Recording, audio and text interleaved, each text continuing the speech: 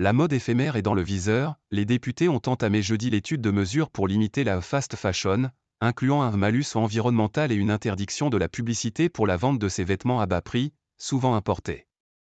La proposition de loi est la deuxième débattue en première lecture dans l'hémicycle lors de la journée réservée à Horizon, l'un des 3 groupes de la majorité présidentielle. Elle avait été validée en commission dans un climat de rare concorde. Le gouvernement soutient ce texte, a déclaré le ministre de la Transition écologique, Christophe Béchu, dirigeant d'Horizon, le parti d'Édouard Philippe. Le texte ferait de la France le premier pays au monde à légiférer pour limiter les dérives de l'ultra-fast fashion, a-t-il plaidé. Dans un contexte de baisse du pouvoir d'achat, l'inondation du marché par des vêtements peu coûteux et constamment renouvelés a ébranlé le secteur, où les fermetures de magasins et les redressements judiciaires se multiplient.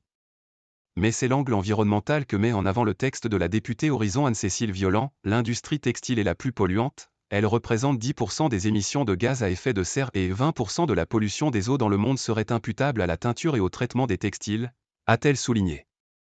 Avec dans le viseur, des pratiques poussées à leur paroxysme par l'emblématique entreprise chinoise Shein et ses 7200 nouveaux modèles de vêtements par jour en moyenne.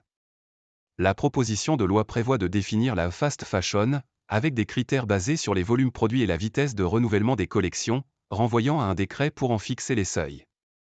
Les entreprises concernées auraient l'obligation de sensibiliser les consommateurs à l'impact environnemental de leurs produits par des messages informatifs. La mesure principale est le renforcement du système existant de bonus-malus dans le secteur textile, pour tenir compte des coûts environnementaux d'une production excessive. Diable dans les décrets. La pénalité, à fixer par décret, pourrait atteindre jusqu'à 10 € par produit en 2030, avec un plafond de 50% du prix de vente. Il ne s'agit pas d'une taxe, insiste Madame Violent, les pénalités devant être redistribuées en faveur notamment des producteurs de vêtements durables. L'autre mesure phare est l'interdiction de la publicité pour les produits et entreprises de mode éphémère, coutumières d'un marketing agressif poussant à la surconsommation. Elle est soutenue par tous les groupes, à l'exception des Républicains, LR. Si vous interdisez la publicité dans le domaine de la mode, vous interdisez en fait le marché, estime le député LR Antoine Vermorel-Marc. Malgré le caractère globalement consensuel du texte, les députés devraient longuement débattre de la définition de la fast fashion. Le diable est dans les décrets, alerte la députée LFI Alma Dufour, qui plaide comme des élus de tous bords pour que des seuils figurent dans la loi et que les acteurs ciblés soient mieux identifiés, en incluant les places de marché, marketplace.